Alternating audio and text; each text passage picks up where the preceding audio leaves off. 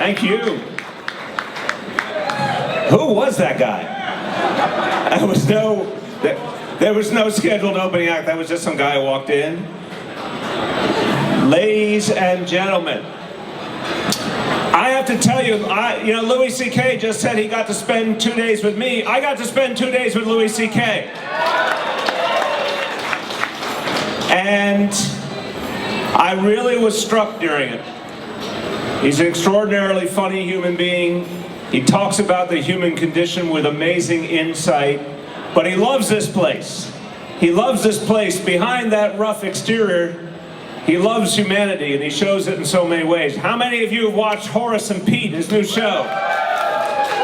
If you haven't watched Horace and Pete, you're missing something.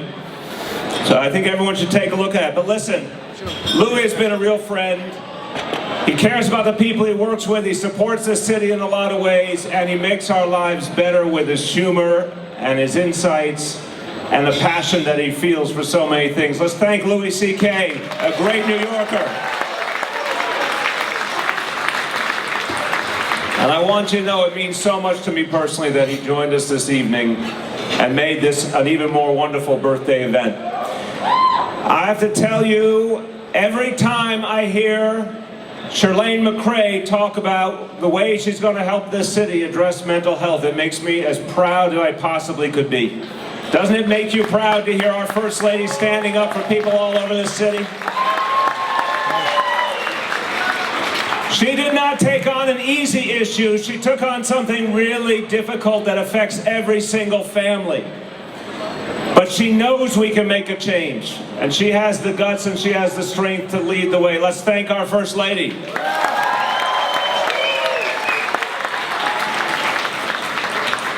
I want to thank and acknowledge a very, very special guest who wants this evening to come before you and say absolutely nothing to you. But he is still very cool just to behold all he is. Come forward, Dante de Blasio, please. Come on.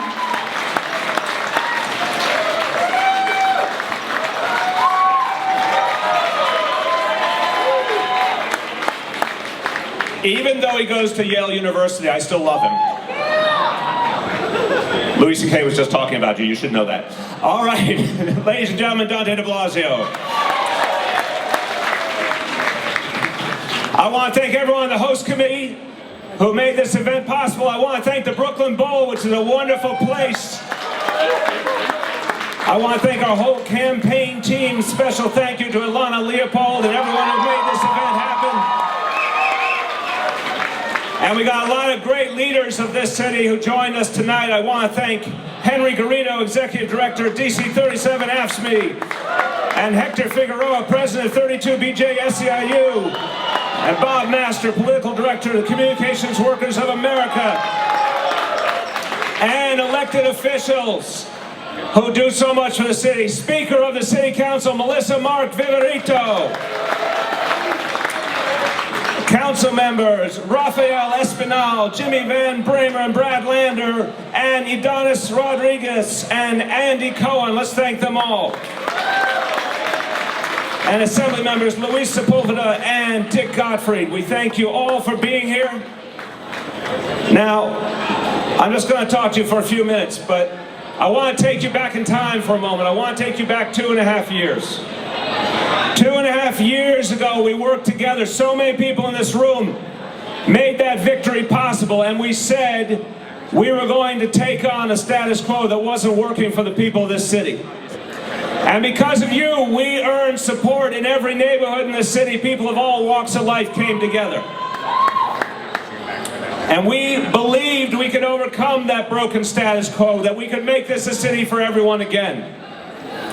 We believed that the greatest city on earth had to reward work and not just wealth.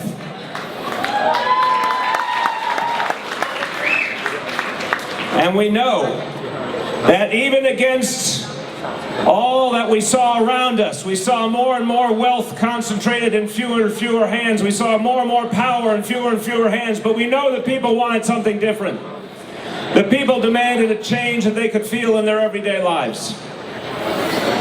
And we were not intimidated by the powerful forces out there who opposed our vision. There were billionaire hedge fund managers who didn't want to see any change in this city, and don't want to see a change in their taxes either, because they get a tax break all the time while the rest of us pay our full share.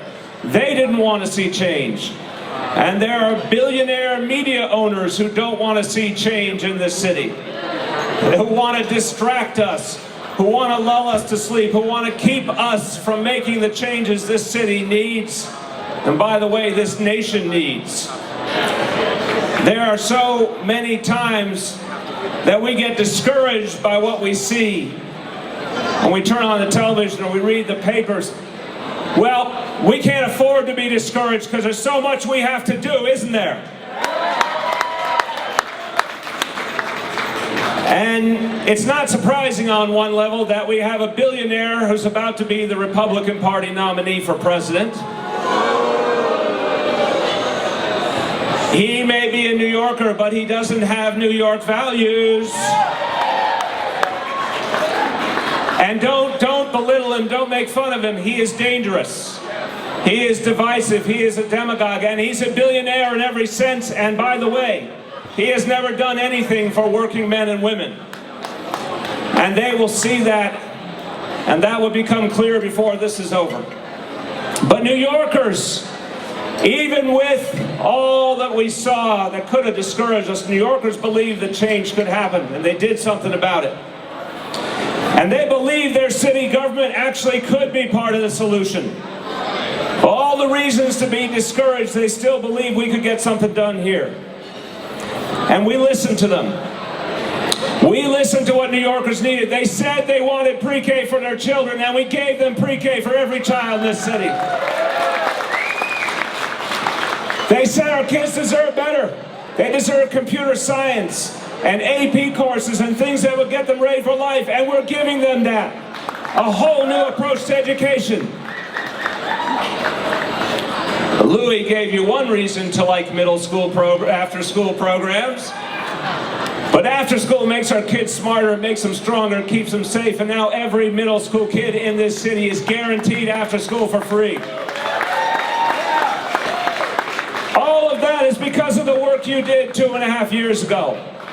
And there's more. We heard so many New Yorkers who are having so much trouble making ends meet. We had to reach them, we had to help them. And now, with the great help of the City Council, there are 500,000 more New Yorkers who have paid sick leave. They don't have to choose between their job and caring for a loved one, because this city was there for them. This city led the way on the $15 minimum wage. This city led the way on paid parental leave. And we are proud that this city, for the first time in our history, passed a rent freeze for so many people struggling. We have the boldest, most progressive affordable housing plan in America, enough affordable housing for 500,000 New Yorkers. And our city council, just weeks ago, passed, for the first time in any big city in America, a requirement that developers must create affordable housing. When they make major new developments, there must be affordable housing in it. And while we were doing all that, and working with so many of you in this room, over 250,000 new jobs have been created in this city in the last 2 years. We listened. We listened to people who thought there was a false choice. Remember, you used to hear, you either could be safe and you had to put up with stop and frisk and a lot of unfairness, or if you wanted your rights and liberties recognized, you weren't going to be safe. That's how we were told it was. We were given a false choice between safety and fairness, but the people of this city rejected that. They said we need safety and fairness at the same time. So, brothers and sisters, crime has continued to go down, while stop and frisk has gone down. We fixed a broken policy, and we did more to support our police at the same time, better training, better technology, and by the end of this year, 2,000 more officers on the beat protecting our neighborhoods. We showed that we could listen to people and reach out to people who lived in the shadows. 500,000 of our neighbors are undocumented. And for them we created ID NYC because every New Yorker belongs. Every New Yorker matters. And now over 830,000 New Yorkers have that ID card, and they are proud to have it with them. And as I said, there's all of us more than mental health, and we are going straight at it because we cannot be a healthy city if we don't lift up all those suffering from mental health challenges. This is what we have to do together. So, I'll conclude with this. We are not finished by any stretch, my friends. In fact, we have only just begun to fight. We have just begun our work. We've got more to do this year. We've got more to do next year. And with your help, we have more to do for 4 more years after that.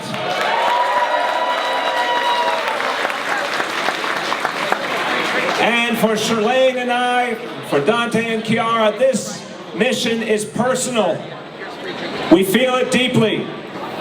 We feel it because of everything we learned in our neighborhood in Brooklyn, because of all the people we met struggling just to make ends meet and stay in the neighborhood they loved and pay the rent.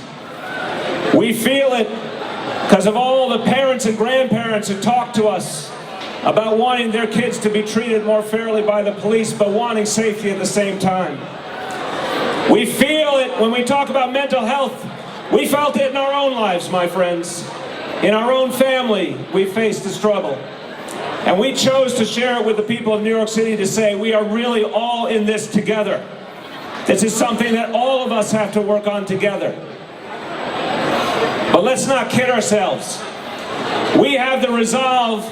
Together we have the vision of what we need to change, but you know there will be a pushback. You know there will be powerful forces trying to stop us from making the changes this city needs. We've seen it time and again. These changes will not last if we are not strong and we are not vigilant. I talked about the billionaires. The billionaire class does not give in easily to a progressive agenda. It will be fought every step of the way, but the people know we need progressive change, and we will make sure the people come out and vote next year for progressive change again. There will be other candidates, no doubt, and those other candidates will be well connected. They'll be well funded. They'll have deep ties to Wall Street and Albany and Washington. They'll have plenty of resources, but you know what we have? We have the people. We have the people, and nothing is more powerful. We said we would take on the Tale of Two Cities. We don't accept it. But those who believe the Tale of Two Cities is somehow ordained, they will fight to preserve it. So I will finish by saying we've come too far to turn back. And this election will be a chance for us to take those gains, to strengthen them, and to move forward. It has been about making change up to now.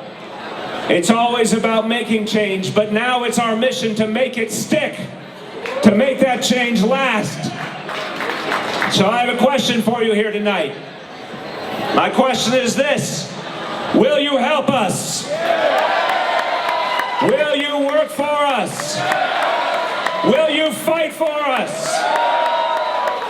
Well then, I know we will prevail. Because it's our city and it belongs to all of us. Together, we will succeed. We will turn back that Tale of Two Cities. And we will create one city, one New York for all. Thank you. And God bless you all.